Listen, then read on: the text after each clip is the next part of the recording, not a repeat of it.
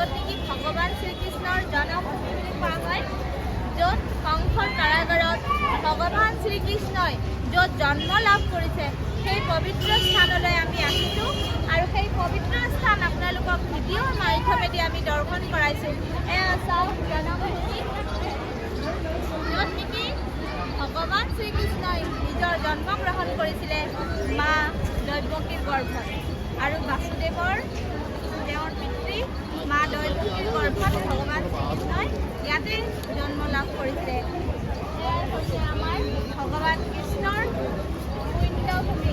ইয়াত পদধূলি দি আমি ধন্য হৈছোঁ আৰু গৌৰৱ অনুভৱ কৰিছোঁ যে আজি এই স্থানত আহি উপস্থিত হৈছোঁ। যিহেতু আমি ভিতৰত প্ৰৱেশ কৰিলে ইয়াতে মোবাইল এলাও নাই, সেইকাৰণে আপোনালোকক আমি ভিতৰৰ দৃশ্য দেখুৱাব নোৱাৰোঁ, কাৰণ ইয়াতে চিকিউৰিটি গাৰ্ড বহি আছে, ভিতৰত মোবাইল প্ৰৱেশ কৰিবলৈ নিদিয়ে। গতিকে বাহিৰৰ পৰাই আপোনালোকে চাওক আৰু নিজকে ধন্য হওক।